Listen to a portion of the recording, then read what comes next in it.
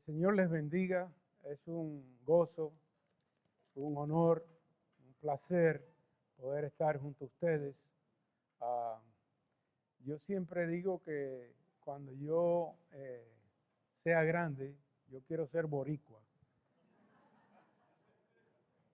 Y por la gracia de Dios, me ha dado un hijo boricua, sin yo buscarlo de verdad, porque es así. Las cosas del Señor son así. Y el pastor Félix lo considero como si fuera un hijo.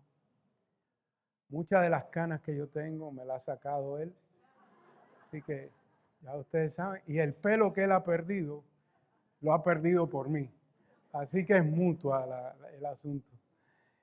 Yo les amo en el Señor, amo esta iglesia. He estado al tanto de esta iglesia siempre y hemos orado siempre por esta iglesia. Amamos la Ciudad de Dios. De hecho, cuando comenzamos la obra en Panamá, casi le pusimos Ciudad de Dios, pero optamos por ponerle Ciudad de Gracia. Y ahí quedó, y la obra sigue y ha sido un gozo. Poder ser parte de todo lo que el Señor está haciendo aquí y lo que está haciendo a través de Endos también, y damos gracias por eso. Así que, mire hermano, abróchese el cinturón ahí, porque vamos a estar en Mateo capítulo 28. Normalmente nosotros tomamos porciones del capítulo 28 y las exponemos y predicamos acerca de eso.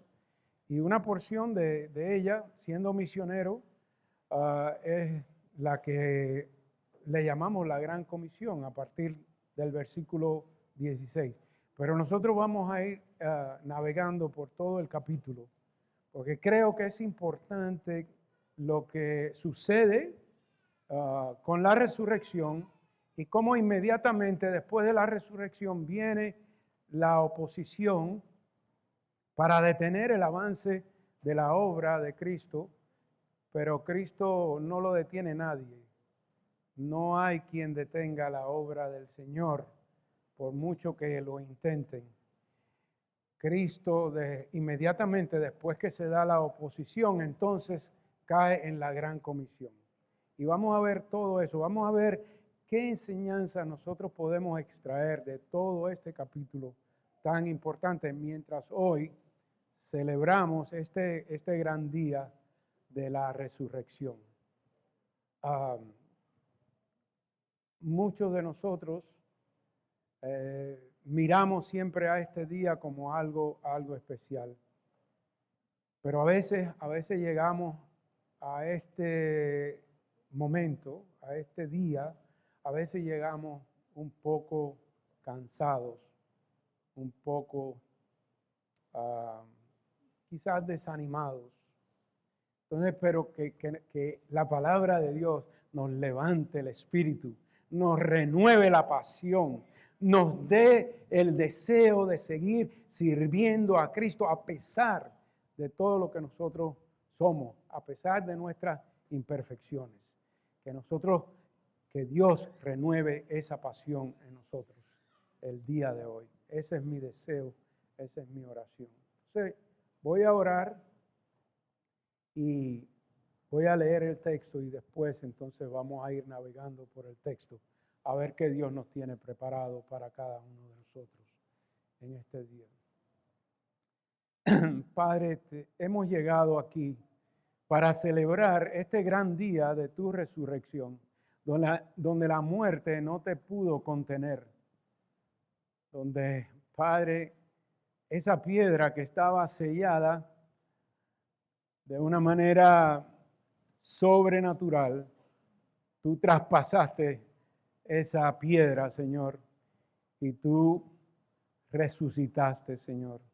Nosotros debemos admitir, Señor, que muchos de nosotros hemos llegado aquí cansados, cargados, aún con heridas que pudieran estar sangrando en el día de hoy por crítica, por traición, por tantas cosas que suceden en esta vida cristiana. Señor, pero qué gran esperanza tenemos que un día todo esto pasará. Que un día, porque tú venciste la muerte, nosotros también podemos, Señor, compartir la vida eterna junto a ti. Y estos cuerpos que hoy sufren enfermedades, rechazo, crítica, traición, heridas que pueden estar sangrando todavía, Señor, por el dolor que han causado ciertas situaciones en nuestra vida, Señor. Tenemos la esperanza que este cuerpo un día no tendrá ni una cicatriz, que será un cuerpo glorificado, un cuerpo que estará eternamente junto a ti. Y por eso estamos agradecidos. Y eso lo debemos al hecho de que tú venciste a la muerte, que la muerte no te pudo detener o contener. Hoy celebramos ese gran hecho, Señor. Ayúdanos a salir de aquí diferente a como entramos, apasionados por ti y por la gran comisión. Como decía el apóstol Pablo, mi deseo es y mi anhelo es conocerte y conocer el poder de la resurrección. Que hoy podamos celebrar y conocer el poder de tu resurrección, Señor. Ayúdanos, Señor. Necesitamos de ti. En el nombre de Jesús. Amén.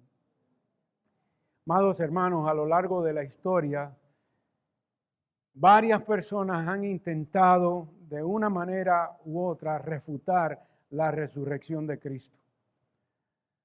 A veces desde una postura escéptica, pero al examinar la evidencia, como dicen los boricuas y decimos los caribeños, la careta se les cayó. La careta se les cayó porque se dieron cuenta que al examinar la evidencia de la resurrección, terminaron convencidos de que realmente la resurrección fue algo que ocurrió, un hecho histórico, irrefutable. Uno de esos hombres fue Frank Morrison. Frank Morrison escribió el libro Who Moved the Stone? Y él era un periodista del siglo XX y él quería escribir un libro refutando la resurrección. Pero al investigar los hechos y a poner la resurrección a prueba, y sopesar la evidencia sobre la resurrección, se dio cuenta que tenía que terminar escribiendo un libro, no para refutar la resurrección, sino el libro que se llama Who Moved the Stone? ¿Quién movió la piedra? Donde él hace un caso en favor de la resurrección. Y él, en su investigación, él somete la evidencia de la resurrección a la prueba que la someten los abogados o un juez en la corte.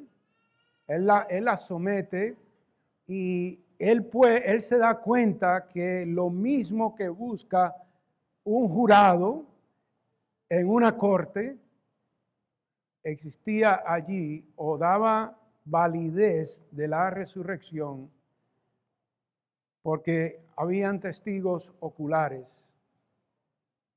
Hubieron testigos oculares y también esa es una de las pruebas que busca el que está haciendo un caso en una corte. Busca testigos oculares que se puedan sentar en el estrado y puedan testificar acerca del hecho, si sucedió o no sucedió. Y también hay evidencias circunstanciales. Para entender esto un poquito, supongamos que usted me ve con Lili ir al yunque y me ve entrar ahí, pero cuando yo salgo sin Lili. Y al poco tiempo usted se da cuenta que en la noticia aparece que esta preciosa joven, hermosa esposa, aparece muerta allí en un barranco del Yunque. Entonces, hay alguien que quizás me vio entrar con ella, pero hay alguien que me vio salir solo. Entonces, la evidencia muestra que hay algo raro en este señor que está aquí. Y hay testigos que pueden sentarse en el estrado y testificar acerca de que yo vi a Carlos entrar con ella y salir sin ella. Pero también pueden haber evidencias circunstanciales donde quizás no hubo un testigo ocular, pero sí hubieron evidencias circunstanciales donde este Carlos Llambés, un mes antes de la muerte de su esposa, sacó un seguro de vida por varios millones de dólares. Entonces ya eso, y también aparte de eso, vieron a Carlos en el Mall de las Américas, digamos, con dos jovencitas de la mano. Y cuando lo abordaron y le preguntaron, ¿y quiénes son? No, son mis primitas. Pero investigando mucho más se dan cuenta que Carlos no tiene primitas. Entonces, la evidencia de testigos oculares y la evidencia circunstancial se da en el caso de la resurrección. Se dan testigos oculares y se dan también cosas que sucedieron circunstanciales que apuntan a que verdaderamente esto es un hecho real, algo comprobable. Este hombre terminó escribiendo ese libro, Who Moved the Stone? ¿Quién movió la piedra? Otro también que se dedicó a refutar la resurrección fue Josh McDowell. Quizás ustedes conocen ese libro, Evidencia que demanda o que exige un veredicto. Él era un estudiante, él quería desacreditar el cristianismo, pero después de una investigación profunda de evidencia histórica y bíblica, él se convence de la veracidad de la fe cristiana. Y el otro fue Lee Strobel. Lee Strobel también fue uno que es un caso peculiar porque la esposa de Lee Strobel se convierte y ella se convierte y él no quiere abrazar el cristianismo. Él dice, bueno, él era un periodista de Chicago Tribune y era un ateo. Él quería seguir siendo ateo. Vivía una vida destructiva, pero dice, yo tengo que refutar este cristianismo que mi esposa ha abrazado. Yo tengo que hacer algo. Y entonces comienza a investigar como buen reportero, como buen investigador, empieza a investigar.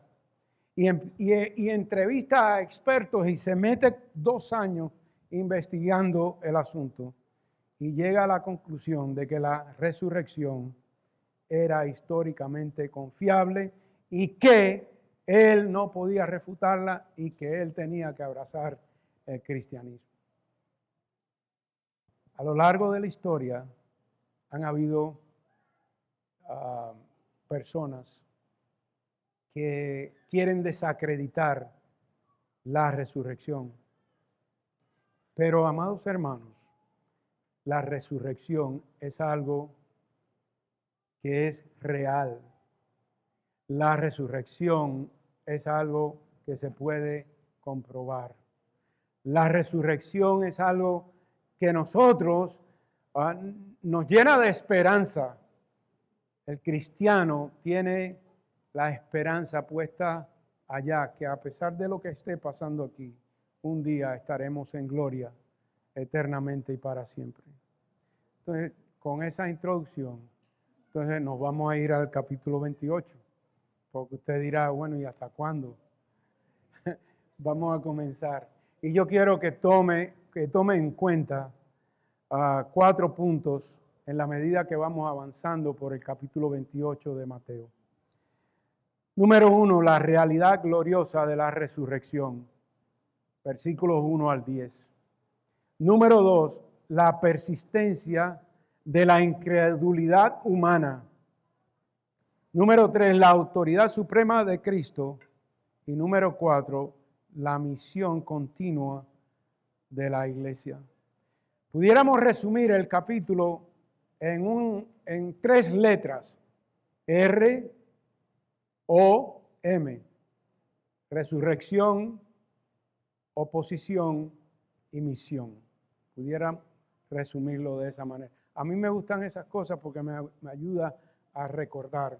Por ejemplo, algunos que están aquí, yo sé que Joel, que está aquí, me oyó decir que los cristianos debemos ser cristianos feos. Y no se ofenda, por favor, si se ofende le pido perdón desde ya. Yo no le estoy diciendo feo a usted. El cristiano debe ser fiel, enseñable y obediente.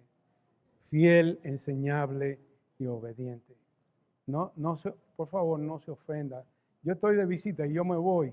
Entonces los pastores me van a llamar y me dicen, oye, me dejaste un lío aquí. La gente se sintieron ofendida. Les pido perdón. Pero bueno, vamos al texto. Dice, pasado el día de reposo, al amanecer del primer día de la semana, María Magdalena y la otra María vinieron a ver el sepulcro y se produjo un gran terremoto, porque un ángel del Señor descendió del cielo y acercándose removió la piedra y se sentó sobre ella. Su aspecto era como un relámpago y su vestidura blanca como la nieve. Y de miedo a él los guardias temblaron y se quedaron como muertos. Hablando el ángel, dijo a las mujeres, ustedes no teman, porque yo sé que buscan a Jesús, el que fue crucificado. No está aquí, porque ha resucitado tal como él dijo. Vengan, vean el lugar donde estaba puesto, vayan pronto y digan a sus discípulos que él ha resucitado de entre los muertos y él va delante de ustedes a Galilea, allí lo verán, miren, se los he dicho. Y ellas, alejándose a toda prisa del sepulcro, con temor y gran gozo, corrieron a dar las noticias a los discípulos. De repente Jesús les salió al encuentro diciendo, saludos. Y ellas, acercándose, abrazaron sus pies y lo adoraron. Entonces Jesús les dijo, no teman, vayan, avisen a mis hermanos que vayan a Galilea y allí me verán. El versículo 6 es un versículo clave porque dice el ángel, no está aquí, pues ha resucitado. Algunos argumentan que Jesús no estaba muerto, que quizás se había desmayado y todo lo demás, pero la Biblia en Juan capítulo 19, versículo 31 al 34, nos dice precisamente que Jesús estaba muerto. Dice Juan 19, 31, los judíos entonces, como era el día de preparación para la Pascua, a fin de que los cuerpos no se quedaran en la cruz el día de reposo, porque ese día de reposo era muy solemne, pidieron a Pilato que les quebraran las piernas y se los llevaran. Y fueron pues los soldados y quebraron las piernas del primero y también las del otro que había sido crucificado con Jesús. Y cuando llegaron a Jesús, como vieron que ya estaba muerto, no le quebraron las piernas, pero uno de los soldados le traspasó el costado con una lanza y al momento salió sangre y agua. Y el que lo había visto y ha dado testimonio, en su testimonio es verdadero y él sabe que dice la verdad para que ustedes también crean. Porque esto sucedió para que se cumpliera la escritura, no será quebrado hueso suyo. Y también otra escritura dice, mirarán a aquel que traspasaron. Jesús está muerto. Jesús está muerto y aparecen unas mujeres. Interesante que el encuentro es con las mujeres. A veces, amado hermano, yo no sé, pero a veces las mujeres tienen un valor extraordinario. A lo largo de la historia se ha conocido de mujeres que han criado a sus hijos contra viento y marea, que han hecho sacrificios extraordinarios por sus hijos cuando el padre ha dicho goodbye. Pasado el día de reposo, al amanecer del primer día de la semana, el evento ocurre el domingo, marcando el inicio de una nueva era. No es una casualidad, amados hermanos, que el primer día apunta a una nueva creación. Las mujeres vienen, quizás no con mucha fe en la resurrección, pero sí venían con amor y con duelo. Muchas veces Dios se revela a corazones que aún no entienden completamente, pero que aman sinceramente. Estas mujeres llegaron, querían ver, y recuerden lo que está pasando. A Jesús lo han crucificado, a Jesús ha sido perseguido, pero estas mujeres tienen la valentía de ir. Amada hermana que estás aquí, párate firme en la verdad. Párate firme en la verdad y no permitas que nadie te desvíe. Estas hermanas parece que habían entendido que algo iba a pasar. Y ellas llegaron y se produjo, dice el versículo 2, un gran terremoto. Y ese terremoto es una señal de que algo divino ha ocurrido. Y el ángel no quita la piedra para que Jesús salga, pero sí para que ellas entren y puedan ver. La resurrección es una obra, amados hermanos, de Dios. La resurrección es algo que Dios obró de una manera milagrosa que hasta el día de hoy no la entendemos, pero Cristo está vivo.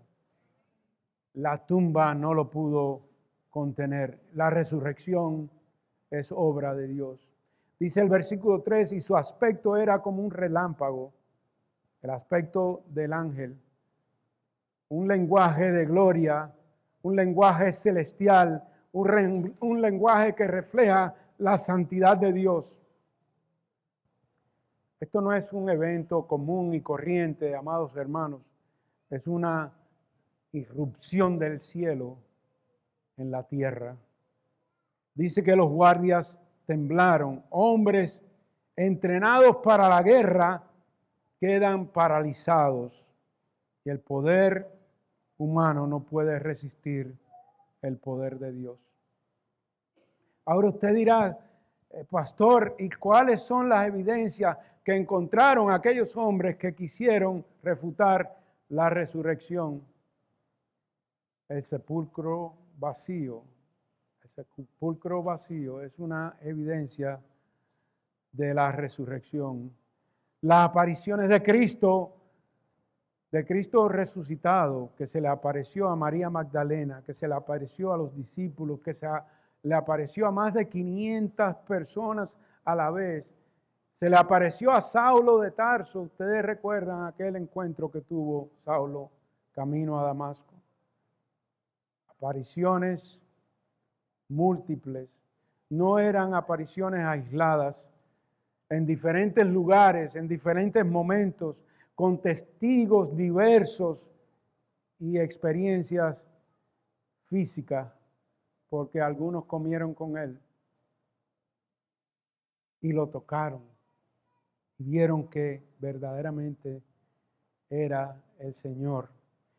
Nosotros, hermanos, somos llamados a anclar nuestra esperanza en la resurrección. Como decía el pastor, si Cristo no resucitó, vana es nuestra fe, citando al apóstol Pablo. El apóstol Pablo tenía un anhelo grande de conocer más a Cristo, pero también ahí en Filipenses 3:10 nos dice que él quería conocerlo a él y quería conocer cada vez más el poder de su resurrección. La pregunta es, amado hermano y hermana, ¿anhelas tú conocer el poder de la resurrección de Cristo cada vez más? Porque ese poder de la resurrección ancla nuestra fe y nuestra fe no es en vano. Nuestra fe está anclada en el poder de la resurrección. ¿Cómo está tu fe? ¿Cómo está tu deseo de conocer más al Señor? ¿Cómo está tu deseo de conocer más acerca de la resurrección?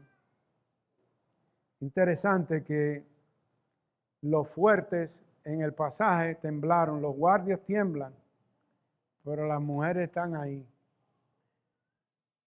Si hay algo que la iglesia necesita, de mujeres firmes y fieles a la verdad.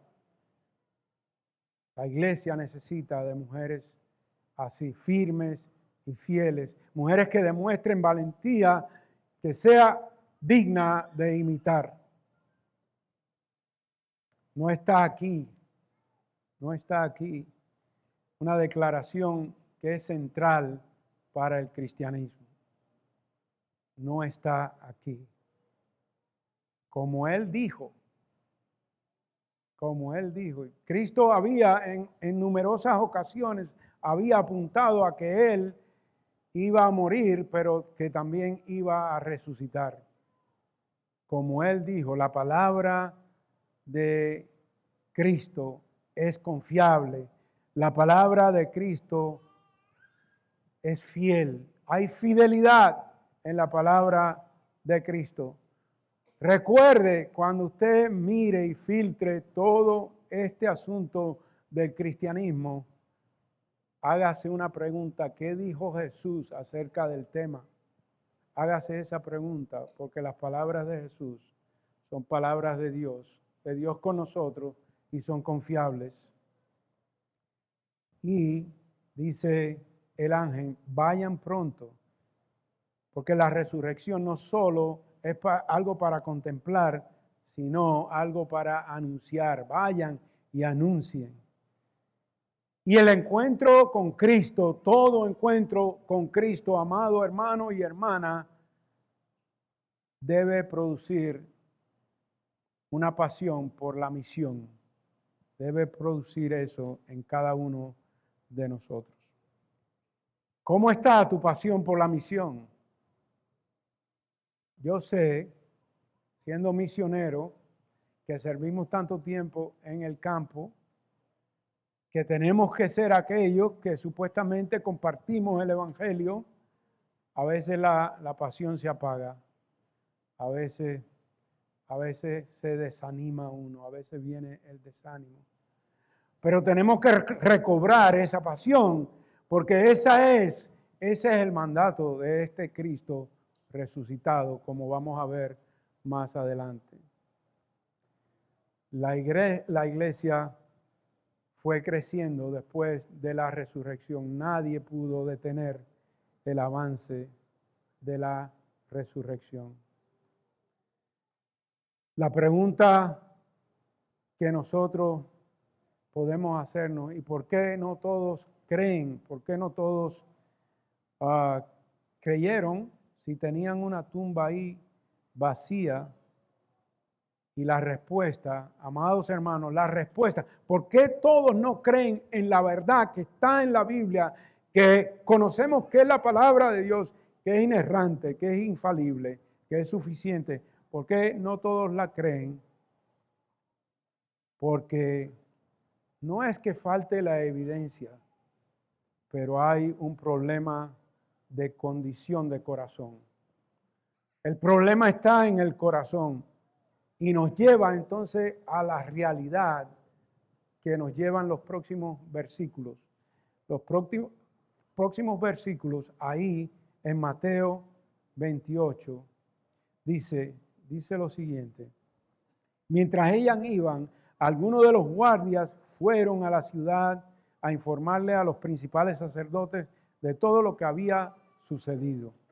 Después de reunirse con los ancianos y deliberar con ellos, dieron una gran cantidad de dinero a los soldados, diciendo: digan esto, sus discípulos vinieron de noche y robaron el cuerpo mientras nosotros dormíamos, y si esto llega a oídos del gobernador, nosotros los convenceremos y les evitaremos dificultades. Ellos tomaron el dinero e hicieron como se les había instruido, y este dicho se divulgó extensamente entre los judíos hasta el día de hoy. Los líderes religiosos rechazaron la verdad. Rechazaron la verdad y rechazaron la evidencia de una tumba vacía. A veces en la vida de la iglesia la gente también rechaza la verdad. A veces caemos en el error de rechazar la verdad porque tenemos ciertas preferencias personales que están por encima de la verdad que Dios ha establecido. Y viene el engaño, viene la calumnia, viene el deseo de destruir lo que Dios ha establecido, y aún más a veces de destruir al prójimo, aquel que Dios dice que debemos amar, aquel que nuestro hermano en esta familia de Ciudad de Dios. A veces caemos en el error de querer destruir. La Biblia es clara en Éxodo 20:16. No hablarás contra tu prójimo falso testimonio. No, hermano, la lengua es un fuego tremendo. Si hay algo que nosotros los cristianos tenemos que cuidarnos, es de las cosas que nosotros hablamos, de las cosas que nosotros decimos. No hablarás contra tu prójimo falso testimonio. Y Proverbios 10:18 dice: el que propaga calumnia es necio. A veces, por alguna preferencia personal, somos capaces de fabricar una mentira. Fabricar una mentira porque ese corazón que se ha endurecido prefiere el engaño antes que la rendición. Prefiere el engaño antes de honestamente sentarme con mi hermano. Si te he ofendido, honestamente, te debo mi honestidad, perdóname, y nos perdonamos y se acabó, para adelante vamos. Y vamos hacia adelante, porque esta iglesia no le pertenece a los pastores, esta iglesia le pertenece a Jesucristo. Pero también tenemos la responsabilidad como iglesia de cuidar a nuestros pastores. Yo no sé, hermano, a veces los pastores recibimos tanto ataque y tantas cosas en nuestra vida. Oye, yo nunca siempre se generan cartas por ahí, haciendo esto, diciendo lo otro, diciendo aquello. ¿Dónde está la carta elogiando al pastor? ¿Dónde está la carta elogiando a la esposa del pastor? ¿Dónde está la carta elogiando al pastor que el día en que tu hijo estaba en el hospital se apareció? ¿Dónde está? ¿Dónde está la carta elogiando al pastor que el día del funeral de tu mamá estaba ahí? ¿Dónde está la carta? ¿Dónde está la carta? ¿Dónde está? Podemos caer en este asunto que cayeron estos guardias. Tenemos que tener cuidado, amados hermanos, porque a veces construimos algo no en base a la verdad, sino en base a algo que es una preferencia personal nuestra. Dice la palabra de Dios ahí, en esos versículos, que estos hombres, esta guardia, que es la que había protegido, que había sellado la tumba, esta guardia que estaba ahí, ahora no puede creer el asunto. Ahora no puede creer esta verdad. La verdad a veces es dura. La verdad es difícil de creer, especialmente cuando no queremos abrazar la verdad de Dios. Fueron a la ciudad e informaron a los principales sacerdotes de todo lo que había sucedido después de reunirse con los ancianos y deliberar. Note que estos son guardias romanos, ahora se reúnen con los judíos para deliberar con ellos y dieron una cantidad de dinero a los soldados. Aquí está. ¿Cuánto vale este asunto? Pam, pam, pam, pam, pam. Y entonces ustedes se van a inventar una mentira. Una mentira que cuando escribe, Mateo dice, hasta el día de hoy se está promulgando. Dice, después de reunirse con los ancianos y deliberar con ellos, dieron una gran cantidad de dinero a los soldados, diciendo, digan esto, sus discípulos vinieron de noche y robaron el cuerpo. Digan esto. Siempre hay alguien detrás de un mal. Siempre hay un Maquiavelo detrás del mal. Siempre hay alguien tratando de inventar algo para derrumbar lo que Dios ha construido. Amados hermanos, nosotros tenemos una responsabilidad como iglesia de amar a la iglesia de Cristo, de no dejar que nada se interponga entre lo que nosotros somos como iglesia. La Biblia dice que somos el cuerpo de Cristo. Quizá yo sea un dedo y usted una oreja o lo que sea, pero este cuerpo de Cristo tenemos nosotros que procurar que sea edificado. La Biblia dice en Efesios que cada uno de nosotros tenemos por lo menos un don, pero ese don es para la edificación de la iglesia. No dice que es para la destrucción de la iglesia. No dice que es para nosotros estar calumniando al hermano. Dice que es para edificar, que procuremos como iglesia edificar y no caigamos en el error de justificar el pecado en lugar de venir con arrepentimiento. Gran cantidad de dinero a los soldados. Un soborno. A veces hay personas que son buenas para sobornar nuestras opiniones. Sobornan nuestras opiniones y nos llevan a pensar cosas que no, a la luz de la evidencia, se derrumban, pero nos vamos por ese camino. Que tengamos cuidado diciendo, digan esto, digan esto. Digan esto. Sus discípulos vinieron anoche y robaron el cuerpo mientras nosotros dormíamos. Y si esto llega a oídos del gobernador, van a tener la protección. Nosotros los convenceremos y les evitaremos dificultades. Y ellos tomaron el dinero, hicieron como se les había instruido. Y ese dicho se divulgó extensamente entre los judíos hasta el día de hoy. Amados hermanos, ¿qué vamos a hacer nosotros con las verdades que nosotros hemos abrazado? ¿Qué vamos a hacer? Porque si hay algo, hermanos, que nosotros podemos y tenemos claro, es que la resurrección de Cristo no solamente revela el poder de Dios, pero también expone el corazón del hombre. Déjame decir eso de nuevo. La resurrección no solo revela el poder de Dios, también expone el corazón del hombre.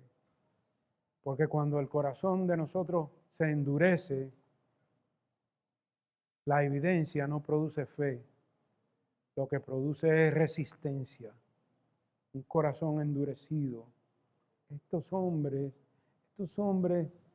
tenían el corazón endurecido. En vez de aceptar y abrazar la resurrección, no pudieron hacerlo. ¿Cómo sabían los guardias lo que había ocurrido si dice el pasaje que estaban dormidos? ¿Cómo pueden llegar a la conclusión de que los discípulos se robaron el cuerpo? Porque ahí mismo, si usted mira en el capítulo anterior, el versículo último, los dos versículos últimos del capítulo 27 dice, Pilato les dijo, una guardia tienen, vayan, asegúrenlo, como ustedes saben, y fueron y se aseguraron el sepulcro, y además de poner la guardia, sellaron la piedra. Sellaron la piedra. Óigame, ese asunto de sellar la piedra, eso no es fácil. Eso estaba bien protegido, porque ahí mismo en el versículo 63 dice, y le dijeron, Señor, nos acordamos que cuando aquel engañador aún vivía, dijo, después de 3 días resucitaré. Ellos estaban preparados para sellar bien la tumba, porque ellos habían conocido lo que Cristo había dicho. Pero viene el engaño, viene la maldad, se infiltra en la verdad. Pero es interesante que en la narrativa del pasaje, fíjese cómo Mateo cambia. Ok, nos deja ver este complot, nos deja ver este engaño, nos deja ver este soborno, pero Jesús dice, versículo 16, pero los 11 discípulos se fueron a Galilea, al monte que Jesús les había señalado. Recuerdan que le había dado la misión a las mujeres que dijeran que se iba a encontrar con ellos allá en Galilea. Y cuando lo vieron, lo adoraron, pero algunos dudaron. A veces las verdades de Dios producen adoración, pero a veces también producen duda en aquellos que son débiles en la fe, que son llevados por cualquier viento de doctrina o cualquier tipo de enseñanza. Y entonces Jesús, versículo 18, acercándose Jesús les dijo, toda autoridad me es dada en el cielo y en la tierra. Por tanto, id y hacer discípulos de todas las naciones. Id y hacer discípulos de panta ta etne, de cada grupo étnico de la tierra. Imagino que Jesús se podía haber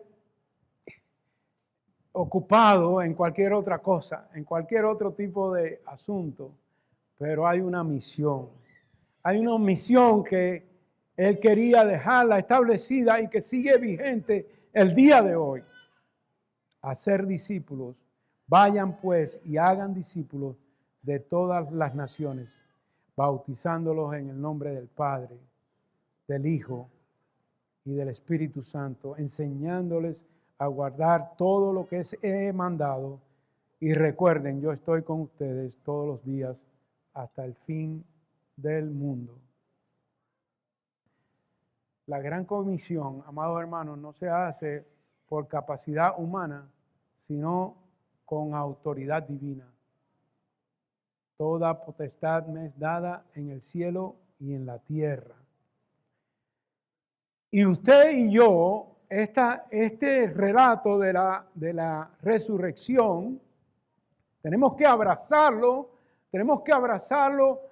pero movernos de la banca a la acción, de la B a la A, de la banca a la acción. Esa es la tarea de nosotros. La tarea de nosotros no es estar buscándole la quinta pata al gato, como a veces solemos hacer nosotros. Que si la alfombra, que si aquí hay un tape, que por qué está ese tape aquí, que si aquí, olvídese de eso. Olvídese de eso porque la tarea va mucho más allá de cualquier cosa que usted pueda estar pensando acerca de este lugar. Yo sé que hay personas que por lo natural son como auditores. Son auditores. Están haciéndole una auditoría a todo aquí. Tiene que quitarse el sombrero de auditor y ponerse el sombrero de discipulador. De discipulador, porque esa es la tarea. Esa es la tarea. Ese es donde nosotros debemos estar. Hacer discípulos, no solo convertidos, hacer discípulos, seguidores, verdaderos seguidores de Cristo. La iglesia existe para eso, para ser discípulos bajo la presencia constante de Cristo. Ese Cristo que vive, ese Cristo que la tumba no lo pudo contener, ese Cristo que mora en usted por medio del Espíritu Santo. ¿Usted se imagina eso? A nosotros, simples mortales, que Dios se digne de habitar en nosotros por medio del Espíritu Santo. Pero dice la palabra de Dios que somos capaces de entristecer el Espíritu Santo. Yo no le voy a decir cómo es eso, pero usted lo sabe. Usted sabe cómo nosotros podemos entristecer el Espíritu Santo de Dios. Y cuando entristecemos el Espíritu Santo de Dios, pagamos graves consecuencias. La iglesia tiene una tarea que va mucho más allá de mi preferencia personal. Cuando Cristo iba camino a la cruz, allá en el capítulo 12, ya entrando en la recta final de su ministerio, dijo estas palabras en el versículo 24. Si el grano de trigo no cae en tierra y muere, queda solo. Pero si muere, lleva mucho fruto. El que ama su vida la pierde, y el que pierde su vida por causa de mí, la ganará. El grano de trigo. Y el grano de trigo al cual él se refería era él mismo que tenía que caer, que ser crucificado para poder dar fruto. Y los frutos están aquí. Los frutos estamos aquí, cada uno de nosotros que nos hemos arrepentido y hemos creído en Cristo. Estamos aquí por la gracia de Dios para hacer de la iglesia lo que Dios quiere que hagamos de ella, dejando a un lado nuestras preferencias personales, muriendo al yo. Mire, hermano, usted coge una semilla de mango. Aquí en Puerto Rico los mangos son riquísimos. Usted coge una semilla de mango y la pone aquí y usted nunca va a comer mango. Nunca, porque la semilla se va a secar, pero la mete debajo de la tierra y la riega y le echa su abonito y esto y lo otro y usted va a comer mango. Esa es la vida cristiana. Así es la vida cristiana. La vida cristiana es morir al yo, morir a mis preferencias, morir a todo aquello que puede tener sentido, pero que no está acorde con lo que Dios quiere que nosotros seamos como iglesia. Que nos cuidemos de eso, hermano. Porque Cristo resucitó. Nosotros tenemos esperanza. Porque sí, la resistencia, la oposición es una realidad. Eso no se va a acabar de este lado de la gloria. Pero si algo nosotros tenemos que hacer, a pesar de la resistencia, a pesar de la oposición, no podemos permitir que una raíz de amargura entre en nuestro corazón, porque eso contrista al Espíritu Santo, eso entristece el Espíritu Santo. Cristo reina y la iglesia sigue adelante. Esa es nuestra misión.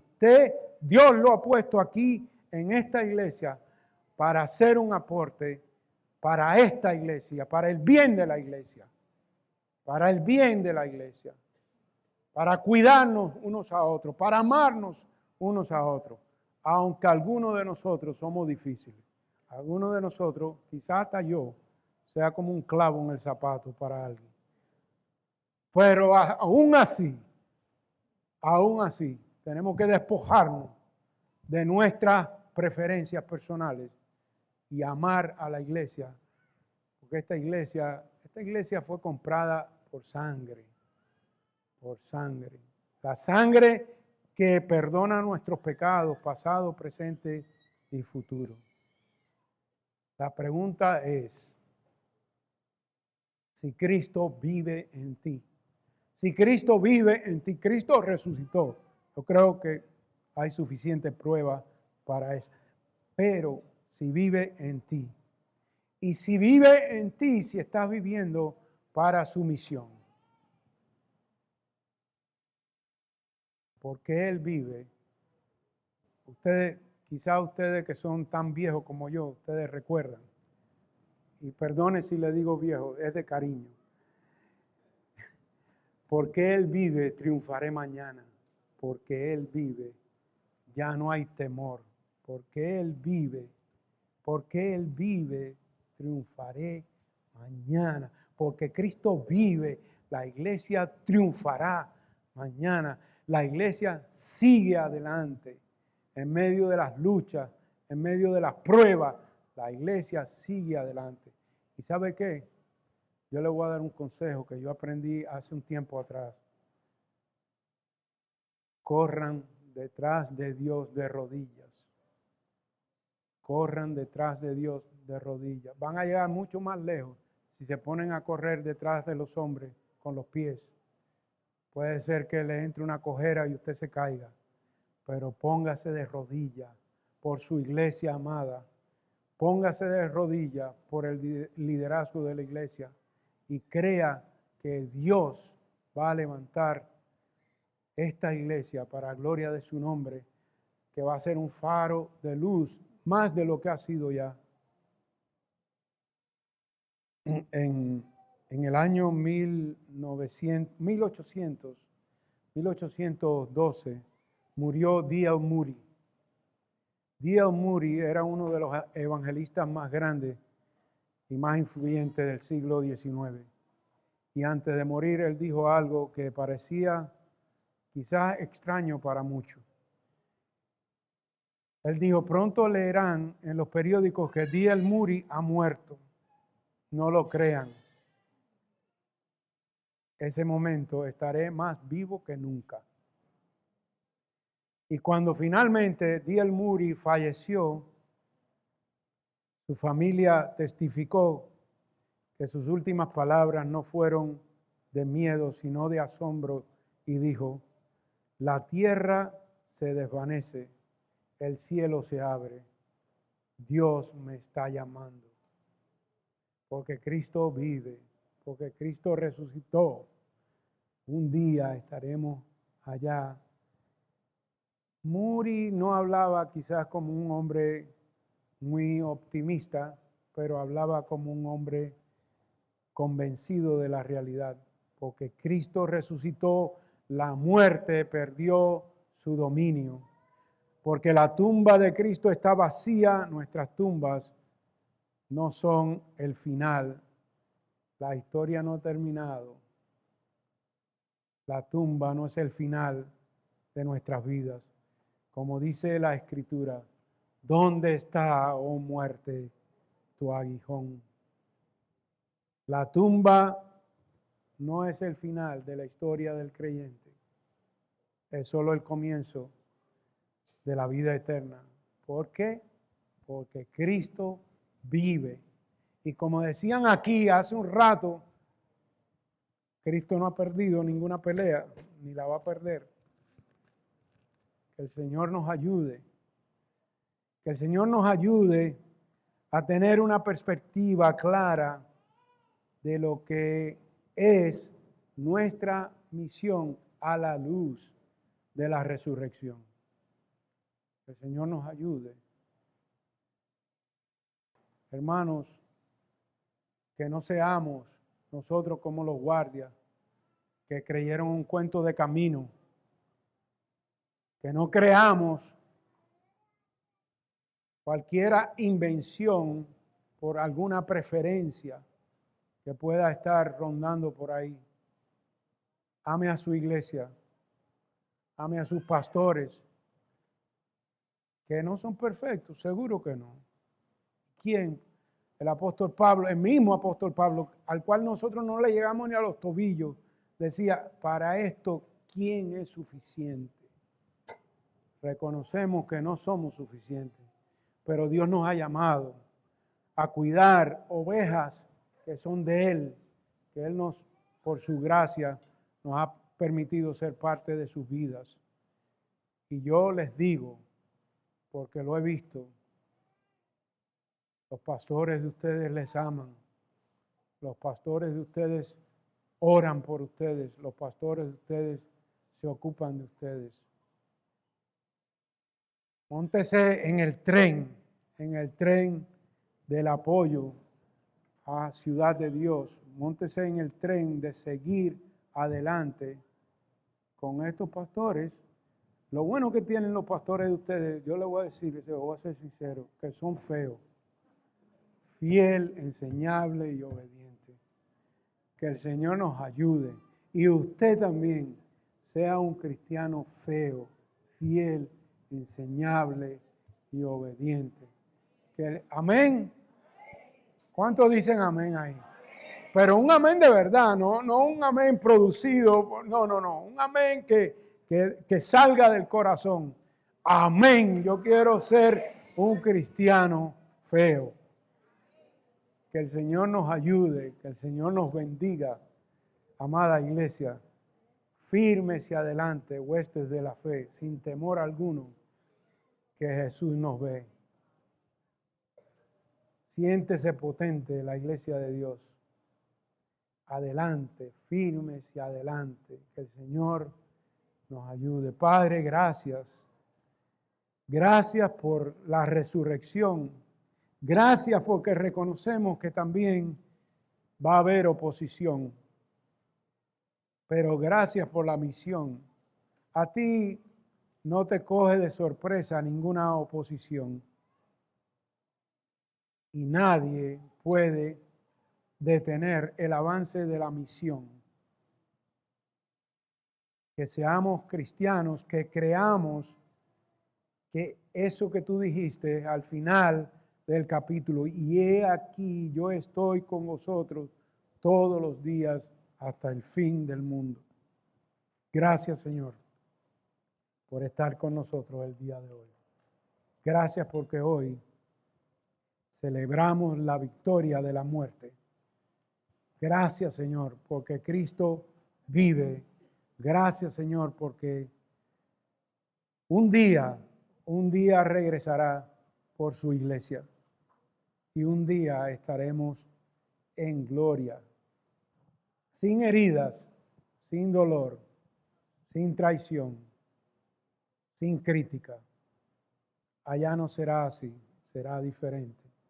Ayúdanos, Señor, en el nombre de Jesús. Amén. Señor les bendiga.